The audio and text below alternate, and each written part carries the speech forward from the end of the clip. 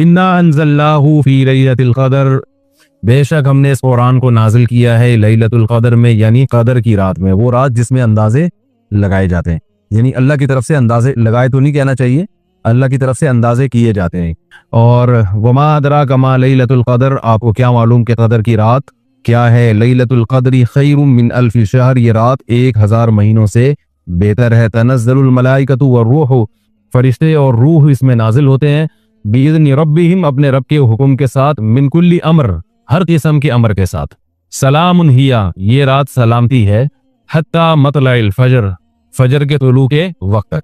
नबी सल्लल्लाहु अलैहि वसल्लम के पास बाद साहबा ने आया, अर्ज़ किया, या रसूलल्लाह, पिछली उम्मतों की उम्रें तो बहुत लंबी होती थी और वो इतने इतने साल इबादत करते थे, हमारी उम्मत की उम्रें तो कम है, तो हम तो उनके मकाम तक पहुंच ही नहीं सकते।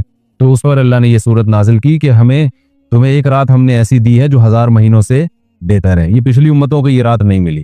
तो ये इसका शान नुज़ूल है कि जो भी इस रात में इबादत करेगा उसकी 1000 महीने 80 साल बनते हैं।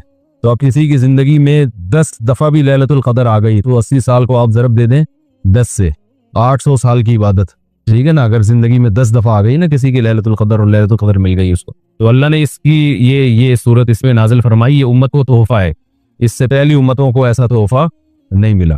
कि मैं इसको अक्सर एक मिसाल से कहता हूँ कि भाई जैसे खुसूसी पैकेज होते हैं ना, कंपनियां खुसूसी पैकेज निकालती हैं, भाई कीमतें आधी हो गई हैं फला से फला तारीख तक, तो अल्लाह ताला ने भी इसमें एक पैकेज निकाला हुआ है कि भाई रमज़ान में नेकी का सवाब बढ़ जाता है।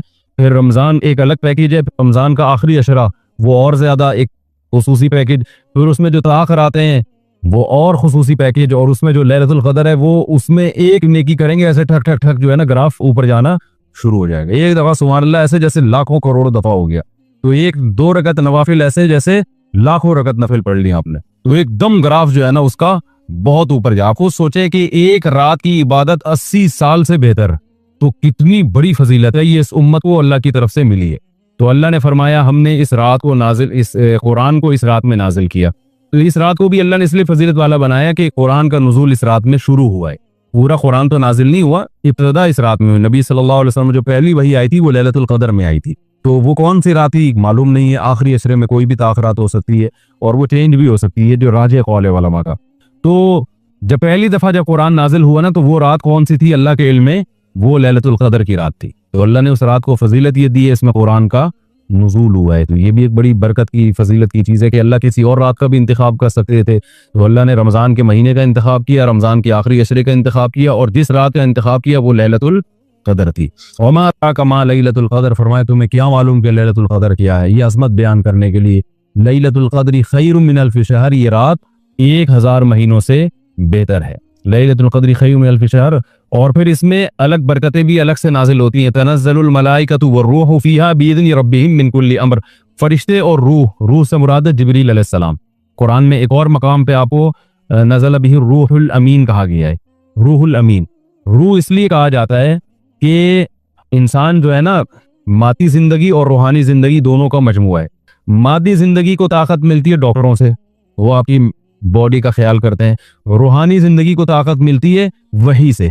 तो जिब्रील अलैहिस्सलाम हर पैगंबर पर वही लेकर आते थे, तो इसलिए इंसानों में रूह फूकने का जरिया, रूह का जरिया कौन बने? जिब्रील अलैहिस्सलाम। यानी इंसानों की रूहानी जिंदगी को ताकत बख्शने का जरिया कौन बने? जिब्रील अलैहिस्सलाम। इसलिए उनका नाम ही, लक़ब ही अल्लाह ने रूह रख दिया है कि आपकी रूहानी जिंदगी के लिए क्या है वो ताकत और क़ुव्वत का सब। और रूहुल अमीन इसलिए कि अमानतदार हैं, जो वही आसमान से नबी पर लेकर आते हैं उसमें खयानत नहीं करते, पूरा पूरा पैगाम पहुंचाते हैं। आपने देखा होगा ना, आप किसी को भेजो किसी काम के लिए कि भाई फला की जाके मेरा ये पैगाम दे देना, तो वो बाज़ दफ़ा अपने मतलब की चीज़ें भी उसमें कुछ ऐड कर देता है, ठीक है ना। ऐसा बहुत होता है, तो उसको ये अच्छा नहीं लग रहा होता तो वो ऐड कर देता है। बाज़ लोग तर्जुमा कर रहे होते हैं, पूरा पूरा नहीं कर रहे होते। मैंने देखा एक खतीब साहब हरम के इमाम आए, शेख सुदेस, वो तर्जुमा कर रहे थे और उसमें उन्होंने इमाम हनीफा की तारीफें भी की अरबी में। तो वो जो तर्जुमा कर रहा था ना वो तारीफें पी गया, ठीक है ना। ये होता है, वो बेचारों को तो पता ही नहीं चल रहा था कि ये उर्दू में क्या तर्जुमा कर रहा है। तो ऐसा भी होता है। तो अल्लाह ने फरमाया कि जिब्रील की ये खासियत है कि जब अल्लाह का पैगाम पैगंबर तक लेकर आते हैं तो उसमें खयानत नहीं करते। जैसा जैसा पैगाम था वैसे ही नबी के दिल पे नाजिल करते हैं, इसलिए उनको रूहुल अमीन भी कहा गया है। तो इसमें जिब्रील अलैहिस्सलाम भी नाजिल होते हैं और भी फरिश्ते नाजिल होते हैं हर किस्म के अहकाम लेकर। वो अहकाम में क्या होता है कि अल्लाह ताला की तरफ से तकदीर के फैसले भी होते हैं कि इस साल कौन मरेगा कौन जिएगा, तो वो अल्लाह फरिश्तों को कहते हैं जाओ जमीन पे ये काम डिवाइड कर दो और जो जिसको उठाना है उठा लो, जिसके रिस्क में बरकत देनी है उसको रिस्क के फैसले कर दो। अब असल जो तकदीर है ना वो तो अल्लाह ने लौहे महफूज में बहुत पहले लिख दी, उसमें कभी भी कोई तब्दीली नहीं हो सकती। दुआ भी उसी तकदीर का हिस्सा है। जैसे अल्लाह ने किसी के बारे में लिख दिया ना कि इसको रोजी मिलेगी, अब उसको रोजी मिल नहीं रही होती तो वो अल्लाह से दुआएं मांगता है और रोजी मिलना शुरू हो जाती है। तो असल तकदीर में लिखा होता है कि इसको रोजी मिलेगी नहीं, ये दुआएं मांगेगा, इस दुआ की वजह से इसकी रोजी में बरकत हो जाएगी। तो वो हर चीज यानी आपका अमल भी पहले से तयशुदा है, हत्ता कि जन्नत और जहन्नम भी पहले से तयशुदा है। यानी उसमें लिखा हुआ होता है कि ये इंसान, इसके पास पैगंबर आएंगे, इसको सीधी रास्ता बताएंगे, ये अपने इख्तियार से गलत रास्ता इख्तियार करेगा और बिल आखिर जहन्नम में जाएगा। तो अब उसमें जुल्म इसलिए नहीं है कि अल्लाह का इल्म कामिल है, अल्लाह को पता है कि मैं जब आजमाऊंगा तो कौन आजमाइश में पूरा उतरेगा और कौन उस आजमाइश में नाकाम होगा। तो अल्लाह का इल्म कामिल है ना, इसलिए बाज़ उलमा कहते हैं कि तकदीर अल्लाह के इल्म का नाम भी है, तो उस हिसाब से हर चीज लिखी हुई है। अब सवाल ये पैदा होता है, लोग यहाँ ये इश्काल करते हैं फिर अमल का फायदा क्या? भाई जब सब पहले से लिखा हुआ है तो अमल का फायदा क्या? भाई अमल का फायदा ये है कि अमल भी पहले से लिखा हुआ है और वो आपको पहले से पता होता नहीं है। आप जब काम करेंगे तो पता चल जाएगा कि पहले से लिखा हुआ है, ठीक है ना। अगर नहीं करेंगे तो पता चल जाएगा कि लिखा हुआ नहीं था। अब चूंकि पता ही नहीं है तो यही आजमाइश है। इसकी मैं एक मिसाल देता हूं कि एक जैद ने मसलन बकर को कत्ल किया, ठीक है ना। पीर के दिन जैद ने बकर को कत्ल किया 6 बजे फॉर एग्जाम्पल। बकर के वारिसों ने जैद को पकड़ लिया, बोला तूने बकर को मारा था लिहाजा अब हम तुझे भी कत्ल करेंगे। तो जैद क्या कहता है, जैद जो कातिल है वो कहता है देखो पीर के दिन सुबह 6 बजे इसकी तकदीर में कत्ल होना लिखा था या नहीं लिखा था, हर चीज पहले से लिखी हुई है ना। तो बकर के वारिसों का चूंकि ईमान है वो कहेंगे हाँ लिखा हुआ था। तो जैद कहेगा कि मेरा फिर कसूर किया, भाई उसका तो कत्ल से ही मरना था उसने, मैंने तो वही काम किया जो तकदीर में पहले से लिखा हुआ था। तो बकर के वारिसिन क्या कहेंगे, यही कहेंगे ना कि ये लिखा हुआ तो कत्ल के बाद पता चला है ना, कत्ल से पहले थोड़ी पता था कि लिखा हुआ है।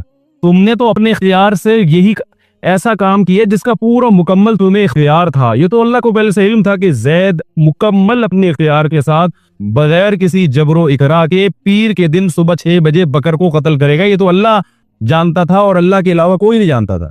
तुम जब बकर को कत्ल करने के लिए जा रहे थे पीर के दिन सुबह 6 बजे, तो तुम्हें कहां से इल्म हो गया कि तकदीर में लिखा हुआ है? तो किसी पैगंबर को भी अल्लाह ने तकदीर का इल्म दिया, तो तुम तो यही कर जुल्मी की नीयत से जा रहे थे ना।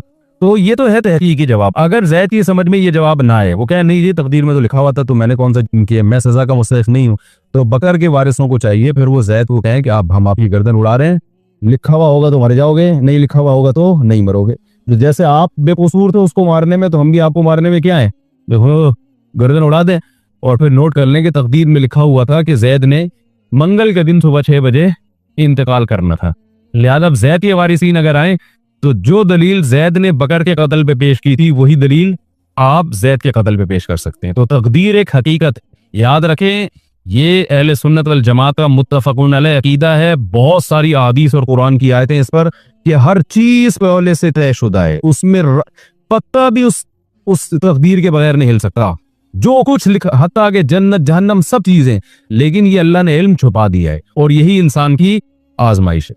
अब अगर कोई शख्स बदअमालियां करके जहन्नम में जाएगा, वो ये नहीं कह सकता कि अल्लाह मेरी मुकद्दर में चूंकि जहन्नम थी इसलिए जा रहा हूं। अल्लाह कहेगा तुझे पहले किसने बता दिया था तेरे मुकद्दर में है? तो वो जवाब में, और तूने तो ज़िना किया, शराब पी, ये किया, इसलिए जहन्नम में जा रहा है। तो वो कह सकता है अल्लाह ज़ना शराब भी तो तकदीर में थे ना। तो अल्लाह यही कहेगा कि तूने जब तक ज़िना किया नहीं था तो तुझे किसने बताया था, तू बच जाता तो इससे ये साबित हो जाता है कि तेरी तकदीर में बचना लिखा हुआ है। समझ में आ रही है? तो यही इंसान की क्या है, आजमाइश है। तो अल्लाह हम सबको जन्नत में ले जाए और हमारी मुकद्दर में जन्नत ही लिखी हुई हो, अल्लाह करे। तो हदीस में आता है ए अमलू फकुल्लुन मुयस्सरुल लिमा खुलिक़ लहू, अमल करो जो जिसने जहां जाना है ना वैसे अमाल करेगा वो।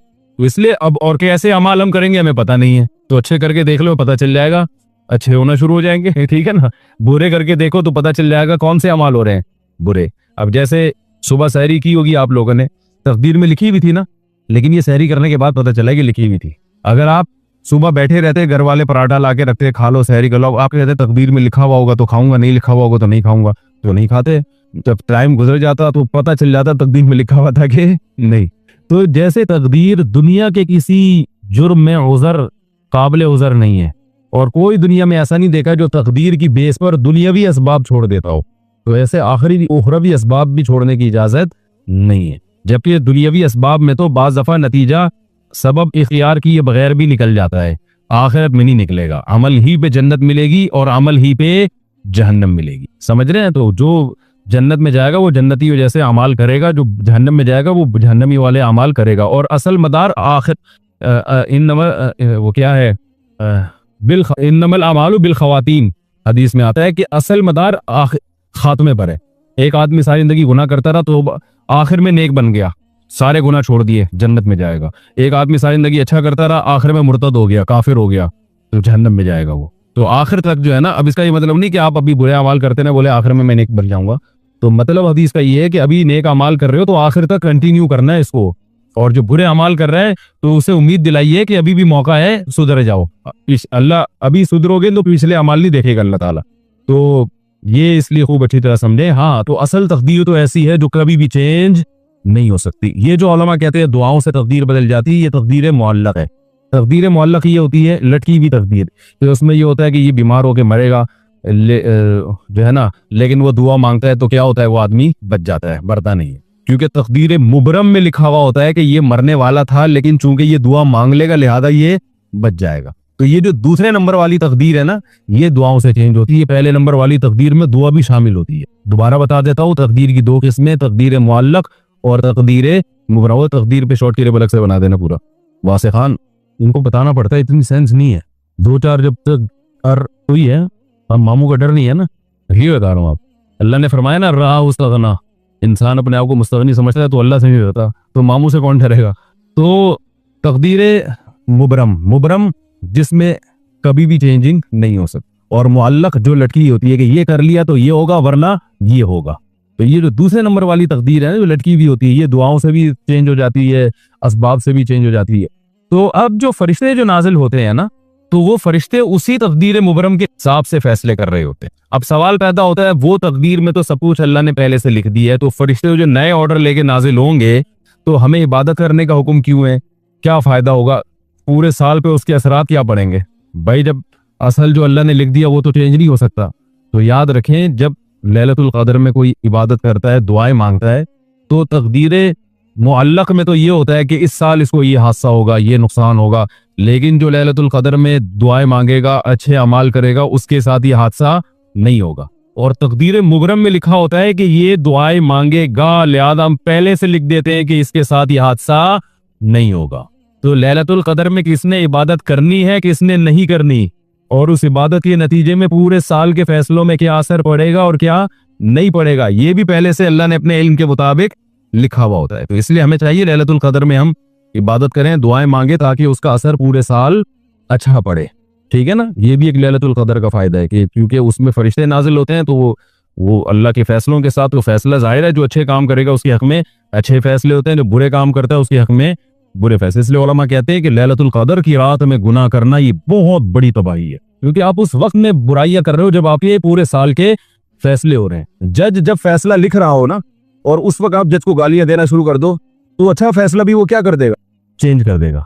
तो इसलिए लैलतुल क़द्र की इस लिहाज से भी बड़ी अहमियत है कि पूरे साल के फैसले हो रहे हैं, तो वो फैसले मुअल्लक वाले फैसले कि जो ये करे तो यूं कर देना, ये करे तो यूं कर देना, वो वाले फैसले। लेकिन जो असल है वो पहले से तयशुदा है। तो तनज़्ज़लुल मलाइकतु वरूहु फीहा बिइज़्नि रब्बिहिम मिन कुल्लि अम्र सलामुन हिया, अल्लाह फरमाते हैं ये रात सरासर सलामती है और तुलूए फजर तक। तो लैलतुल क़द्र का वक्त शुरू होता है इशा के वक्त से, यानी सूरज जब 18 डिग्री नीचे चला जाता है ना, 18 डिग्री, एक कौल के मुताबिक 15 डिग्री, लेकिन राजे कौल के मुताबिक 18 डिग्री जब सूरज नीचे चला जाता है और मगरिब की जानिब सफेदी बिल्कुल खत्म हो जाती है, नहीं सॉरी, इसमें 15 डिग्री है। शफक अहमर, सुर्ख रोशनी जब खत्म होती है ना, तो साहिबैन और तीनों इमामों के नजदीक इशा का वक्त शुरू हो जाता है, 15 डिग्री पे होता है वो, और जो सफेद रोशनी खत्म होती है वो 18 डिग्री पे होती है। तो 15 डिग्री जब सूरज नीचे जाता है और सुर्ख रोशनी खत्म हो जाती है, तो इशा का वक्त शुरू हो जाता है। और लैलतुल क़द्र भी, ये लैल अरबी में इसी टाइम को कहते हैं लैल। और जैसे ही फजर का वक्त शुरू होता है, फजर का वक्त भी जब सूरज मशरिक की तरफ 15 डिग्री पर होता है, जो हमारे हजरत का कौल था और हम भी उसी पर अमल करते हैं, तो उस वक्त फजर का सुबह सादिक शुरू हो जाती है। और जो दूसरे उलमा है उनके नज़दीक जब सूरज 18 डिग्री पर होता है, थोड़ा पहले शुरू होती है, और हमारे हजरत के टाइम के मुताबिक थोड़ा बाद में शुरू होती है। वो मैंने इस पर बयान भी किया है। तो बहरहाल जैसे ही सुबह सादिक शुरू होगी लैलतुल कदर खत्म। तो ये जो पैकेज है ना, बस इसी टाइम के लिए। तो इस पे लैलतुल कदर के बारे में कुछ लोगों को सवालात ये होते हैं कि हर मुल्क में अलग होती है या क्या होता है। जैसे सऊदी अरब में 27वीं रात एक दिन पहले आ जाती है, हमारे यहाँ एक दिन बाद आ जाती है। तो जिस सऊदी अरब में जब अगर लैलतुल कदर होगी तो क्या हमारे यहाँ उसी रात को होगी, अगली रात को होगी? तो राजे कौल इसमें ये है कि हर मुल्क की अपनी लैलतुल कदर होती है। जब यहाँ जैसे सऊदी अरब में अगर 27वीं रात पहले है और हमारे यहाँ अगले दिन है, तो हमारे यहाँ लैलतुल कदर 24 घंटे बाद होगी। इसकी दलील ये है कि शरीयत में जितने भी अहकाम है ना जिनका टाइम से ताल्लुक है, तो उसमें उसी जगह के टाइम का एतबार होता है जिस जगह पर आप है। जैसे कुरान में आता है और हदीस में आता है कि फजर की नमाज कब होती है। कुरान में तो आता है सूरज के ढलकने से नमाजों का ताल्लुक है, अकीमिस सलात लिदुलूकी शम्स। और हदीस में आता है कि तुलुए शम्स से पहले फजर का वक्त है। तो तुलुए शम्स से पहले जो फजर का वक्त है, तो नबी सल्लल्लाहु अलैहि वसल्लम तो मदीना में ये बात बता रहे थे ना। तो क्या जब सऊदी अरब में तुलुए शम्स का वक्त होगा तो हम पूरी दुनिया में फजर का वक्त शुरू हो जाएगा? बोलो ना भाई क्या हो गया? जब लोग मेरा तारुफ करवाते हैं ना आलमी शोहरत याफ्ता, या कहीं भी जाओ मुड़ मुड़ के सलाम कर रहे होते हैं, तो एक चीज़ की अल्लाह तौफीक देता है, ये इस्तेहज़ार की। और ये अल्लाह की बहुत बड़ी नेमत है कि भाई ये सब थोड़े दिनों में ख़त्म होने वाला है। ये सब थोड़े दिनों में क्या होने वाला है? बुढ़े हो जाएंगे, कमर झुक जाएगी, बात करेंगे तो खांसी आएगी। लोग बोलेंगे यार किसी जवान मौलाना को बुलाओ कि आप बात करते हैं तो बीच में खांसता ज़्यादा है, बात कम करता है। और वो 4 शादियों की बातें सब मार्केट से क्या हो जाएंगी? आप फर्ज कर लो मैं 80 साल का हूँ, अगर बचे 80 साल तक, अव्वल तो कौन बचता है आजकल 80 तक, कल का पता नहीं है। अब 80 साल में हम आगे यहाँ बैठ गए तो खुद सोच लो, अव्वल तो बैठने के काबिल नहीं होंगे, फिर 4 शादियों की तो बात करते हुए शर्म आएगी। लोग बोलेंगे बाबा जी कोई और बात करो यार। बात करते करते खांसी आएगी, बलगम ज्यादा निकलेगा, बात कम निकलेगी। तो मेरे भाई ये सिर्फ मेरे साथ नहीं, हम सबके साथ होने वाला है। आप समझ रहे हो कि सिर्फ मेरे साथ होगा। तो जब लोग इज्जत देते हैं, हमारे उस्ताद ने एक नसीहत की थी, मैंने जब पहली मर्तबा कुरान सुनाया तरावी में तो बड़ा पसंद किया गया, लोगों ने बड़ी तारीफें की, बड़ा मज़ा आया। हमारे उस्ताद ने कहा कि जब भी कोई तारीफ किया करे ना, एक चीज़ सोच लिया करो कि अगर अल्लाह के यहाँ ये काबिल कबूल है ये अमल, फिर तो सुभान अल्लाह। अल्लाह के यहाँ काबिल कबूल नहीं है तो इन तारीफ़ों की, इस शोहरत की, इस इज्जत की 2 टके की हैसियत, टके का लफ्ज़ बड़ा ज़बरदस्त है यार। और कमाल है कि बांग्लादेश का टका बहुत ऊपर चला गया है। अब मिसाल ये बनती नहीं है लेकिन मज़ा टके में ही है। तो इन चीज़ों की वैल्यू 2 टके की आपको जुमला मुकम्मल करना पड़ेगा, नहीं है। हाँ अगर अल्लाह राज़ी है और इस इज्जत से, शोहरत से ऐसे काम हो रहे हैं जिनसे दीन फैल रहा है दुनिया में, फिर ये बहुत बड़ी नेमत है, फिर ये बहुत बड़ी नेमत। क्योंकि सिर्फ इज्जत, शोहरत, पैसा कारून से ज़्यादा हम कमा नहीं सकते, और इज्जत हम फिरौन से ज़्यादा हासिल नहीं कर सकते। दुनिया में बड़े बड़े फंटर पैदा हुए हैं और मार्केट से ऐसे शार्ट हुए कि आज उनका नामो निशान दुनिया से ख़त्म हो गया। माइक से इको ख़त्म कर दो अल्लाह के बंदो। मुझे अपनी आवाज़ 4 दफ़ा सुनाई दे रही है, तो माइक ना पहले यहाँ बैठा के ना बंदे को चेक कराया करें कैसी आवाज़ जा रही है, ठीक है ना। तो ये जो शोहरत है, ये दौलत है, इज्जत है, सेहत है, अगर अल्लाह राज़ी नहीं है, आखिरत में तरक्की का ज़रिया ये चीज़ें नहीं बन रही हैं, तो रोज़ाना ये लफ्ज़ अपनी ज़बान से कहा करें अपने बारे में, मेरे बारे में नहीं। मेरे बारे में तो मैं खुद ही सोच लूँगा बैठ के। हर शख्स अपने बारे में ये सोच लिया करे कि अबे भाई तेरे को कितनी इज्जत मिल जाए तेरे पास। अबे तबे से बात किया करे अपने आप से। तमीज़ से इंसान कहाँ समझता। लालू खेत में तो वैसे ही थोड़ा सा अबे तबे अच्छा भी लगता है। लालू खेत है ना ये, इसका इसमें तो मज़ा है, अबे तबे का थोड़ा और मज़ा आता है, लुक ही अलग है यहाँ का। तो अपने आप से अबे तबे से रोज़ाना बात किया करें। इसके फ़ायदे क्या होंगे वो मैं भी आपको बताऊंगा। डेली 5 मिनट निकाल के अपने आप से बात किया करें। यार तू सुबह उठता है पैसे की फिक्र में घर से निकलता है, हर वक्त तेरे दिमाग पे एक भूत सवार है, पैसा कमाओ पैसा कमाओ पैसा कमाओ पैसा कमाओ, मेरी प्रॉपर्टी, मेरी जायदाद, मेरी दुकान, अभी तक किराए का घर, अभी तक मोटरसाइकिल, अभी तक चिंचियों में, अभी तक W11। यार वो फला कहाँ से कहाँ निकल गया, इतनी दौलत बना ली उसके पास, अपनी गाड़ी है, अपना घर है, और यार वो फला की इतनी इज्जत हो रही है, तू भी उसी के साथ स्कूल में नहीं पढ़ता था। पढ़ता था इसलिए कि कराची में पढ़ता कौन है ना, तो स्कूल में नहीं पढ़ता था ना, पढ़ता था बोलूंगा तो झूठ हो जाएगा ना। तो कराची में जिस स्कूल में तू नहीं पढ़ता था, उस स्कूल में वो भी नहीं पढ़ता था। दोनों हम एक साथ क्लास में नहीं पढ़ते थे, लेकिन वो कहाँ निकल गया और मैं वहीं का वहीं खड़ा हुआ हूं। तो ये चीजें ना, ये दिमाग में मुसल्लत रहती हैं। तो 5 मिनट निकाल के ये बोल लिया करें कि अबे ये जो दौलत है ना, और ये जो शोहरत है, और ये जो इज्जत है, इसकी वैल्यू हकीकत में 2 टके की नहीं। क्यों नहीं है भाई 2 टके की? सवाल पैदा होता है ना, सवाल पैदा होता है कि नहीं होता? मेरे बयानात अब बहुत सारे गैर मुस्लिम भी सुनते हैं, मैं उनके कमेंट्स पढ़ता हूँ, नीचे लिखा हुआ होता है बाज लोगों ने, असल चीज पैसा ही है, ये मौलवी पता नहीं किस चक्कर में डाल रहे हैं लोगों को। ऐसे कमेंट्स नीचे आए हुए होते हैं, ये दुनिया की मोहब्बत खत्म करो। खुद तो लैंड क्रूजरों में घूम रहे होते हैं और नीचे दुनिया की मोहब्बत नहीं होनी चाहिए। कहता है असल क्या है? पहले गैर मुस्लिम के कमेंट्स मैंने पढ़े, वो कह रहे असल पैसा है तो सब कुछ है, पैसा नहीं है तो 2 टके की वैल्यू नहीं है। लेकिन इस्लाम क्या कहता है? पैसे की वैल्यू इस्लाम की नजर में 2 टके की नहीं।